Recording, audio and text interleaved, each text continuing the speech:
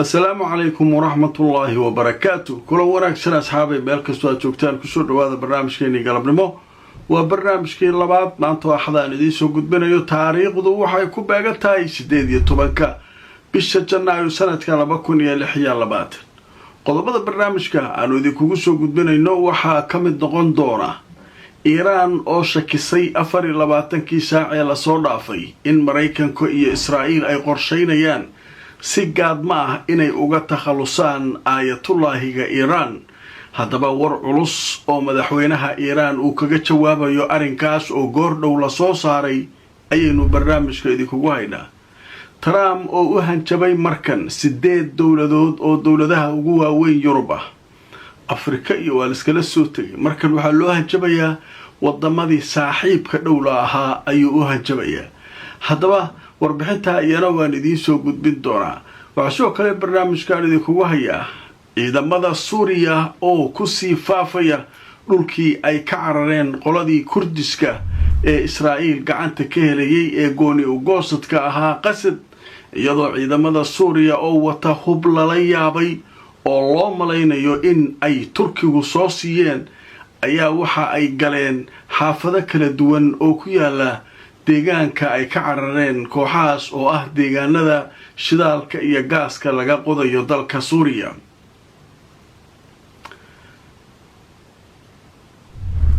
haddaba qodobadaas ayaynu barnaamijkeena ku soo qaadanaynaa inta aan ku jirno wixii cusub ee barnaamijkii labaad ee aan idiin soo gudbinayno maanta axada. haddaba barnaamijka waxaynu ku bilaabaynaa arrinta Iiraan iyo Mareykan u dhaxaysa. war cusub ayaa ka soo kordhay saacadihii la soo dhaafay. haddaba sirdoonka Iiraan oo waliba waxaa la yiri kaashanaya sirdoon saaxiib la oo loo badinayo inay yihiin Ruushka iyo qolooyinkan iyo in loo badinayo ayaa waxaa la sheegay inay ogaadeen xog ku saabsan in Mareykanka iyo Israa'iil ay maleegayaan 24 saac ee la soo dhaafay ay kaarteenayeen sida gaadma loogu dili karo aayatullaahiga sidii loo khaarijin lahaa meesha uu joogaba ha lagu dumiye hadduu dhulka hoostiis ku jiro iyo meeshu ku jiro iyo odaga marka waxay kaarteynayaan haddii waxay aaminsan yihiin aayatullaahiga la cuno nidaamka iyo maamulka meesha uu ka baxayaa. marka warkaasaa la helay marka xogtaas sirta ah ayaa meelo kala duwan laga helay. haddaba marka waxaa war soo saaray goor dhoweyd madaxweynaha Iiraan. haddaba marka aan idin tuso telefishinka la yiraahdo Al-Arabiya wuxuu leeyahay madaxweynaha Iiraan wuxuu ka digay ninka la yiraahdo Mas'uud Pezeshkian maanto axada in la isku dayo wax weerar ah in lagu qaado hogaamiyaha diinta ee waddanka Iiraan Ali Khamenei. haddii arrinkaasuna uu dhaco wuxuu sheegay in ay markaa dhibaato ka dhalan karto oo weyn. Pezeshkian madaxweynaha Iiraan waxa uu sheegay weerar lagu qaado hogaamiyaheena weyn sida uu yiri hogaamiyaha weyn ee waddankeena waxay horseedi doontaa xarbun shaamila ama dagaal ballaaran oo shacabka Iiraan ay geli doonaan. wallaahi wuxuu yiri haddii wadaadka wax la gaarsiiyo ama la dilo meeshii wax waa burburayaan aan lahaydeen waa idinku soo yaacaynaa. Iiraaniyiintu waxay taagiin wallaahi waa idinku soo yaacaynaa. waa kaasi wadaadka gacanha loo qaaday taagi. su'aal marka kama taagnaa lagu leeyahay u fiirsada nimanka wax falaqaynayaan dhageysta ma dili karaan mise ma dili karaan su'aal kama taagnaa lagu leeyahay. Mareykanka waa khaarijin karaa ninkaas haddii uu helo xogta meesha uu ku jiro waa la duminaa. laakiin maxaa ka dhalanaya gadaalkan jawaabtuse maxay noqonaysaa taas waaye.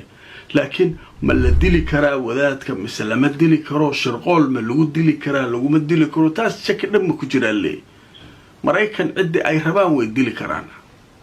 laakiin markii la dilo maxaa ka dhacaya taas waaye.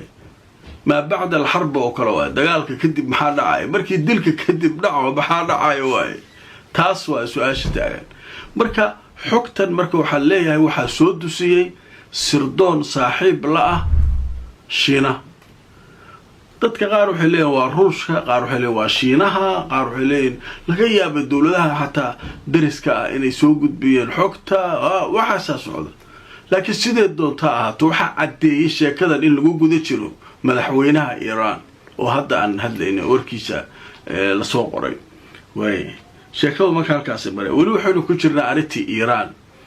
Iran wasaaradda arrimaha dibadda iyaduna goordhow waray soo saartay waxay ka jawaabtay hadal uu Trump jeediyay shalay ma ahayd oo lahaa nimanka madaxda way fiican yihiin Iran ilaa hadda dadkii ahdilin aan dhahay waxay dileen male 800 oo qof ayaa dil ku xukunaa ma aysan dilin anigay ugu ixtiraamay wato lahaa wasaaradda arrimaha dibadda Iran goordhow hadash afayeenkeeda shir jaraa'id u qabtay ولا ويدي ورياش وحنا هاي كورن معلك وين وحويري سديد بقول مدحيga lagu cafiyay ma cabsateen camal warba idin sheegay wax ka jira mal hor ninkaas warkiis wax ka jira warkiis ma jiraan dadka noogu xukuman dilkana maxkamadoodu de hadda iska hore ka dilma dadki waa la qabanayaa processkii maxkamadaha u socda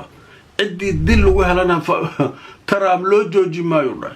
ولا دلائي نكا أساس كسو هرمر سنة وعيس وددكي ولا لسكا داي وحا نكا واسكا وربدن يوضاي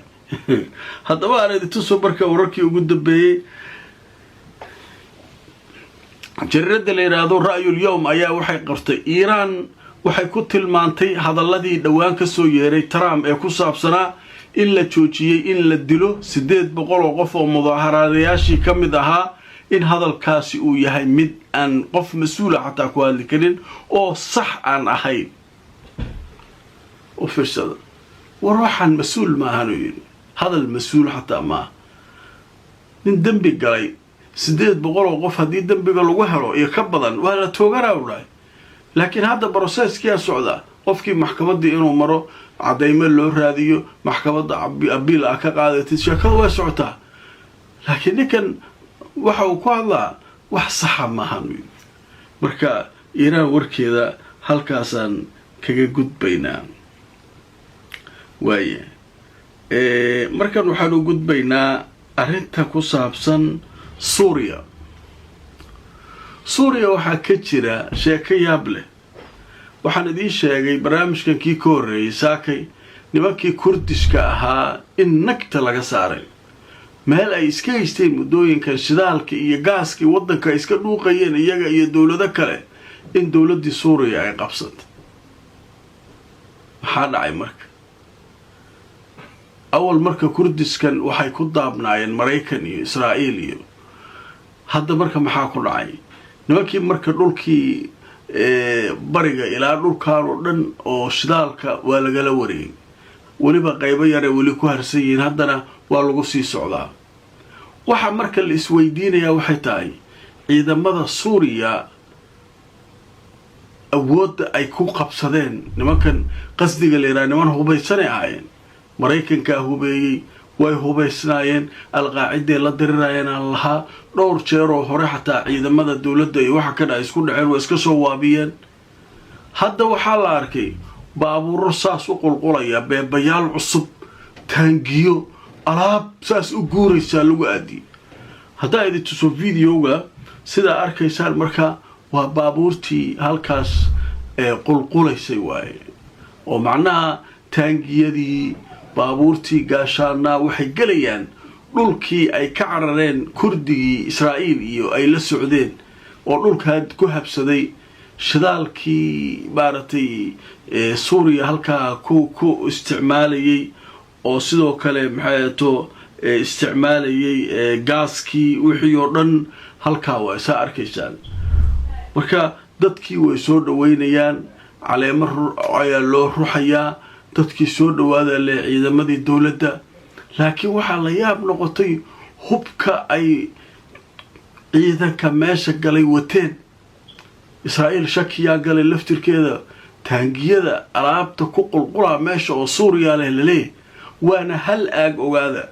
qayb ka mida oo nimankaa loo diray waay aagagii kale sidaa iyo si ka culus ayuu turkigu u hubeeyaa leeyahay israa'iil ha qayliso gabgab nimanka waxba hoos ka socdaa leeyahay nimanka marka hubkii hore oo dowladdii hore ay ka carartay iyo alaabtaan waxaana intay isku habaysteen ayaa nimankii siday taa loo garaacay kurdiyiintii aan leeyahay waaye marka haddaa marka intaa marka ka gudubno qaybta kale ee isla warka suuriya goordhow waxaa leeyahay madaxweynaha suuriya wuxuu ogolaaday xabad joojin ilaa 9 qodob ku saabsan oo maraykanka iyo ay yiraahdeen xabadda hala joojiyo dagaalka hala joojiyo nimankii kurdishkana ayaguna way ogolaadeen leeyahay laakiin waa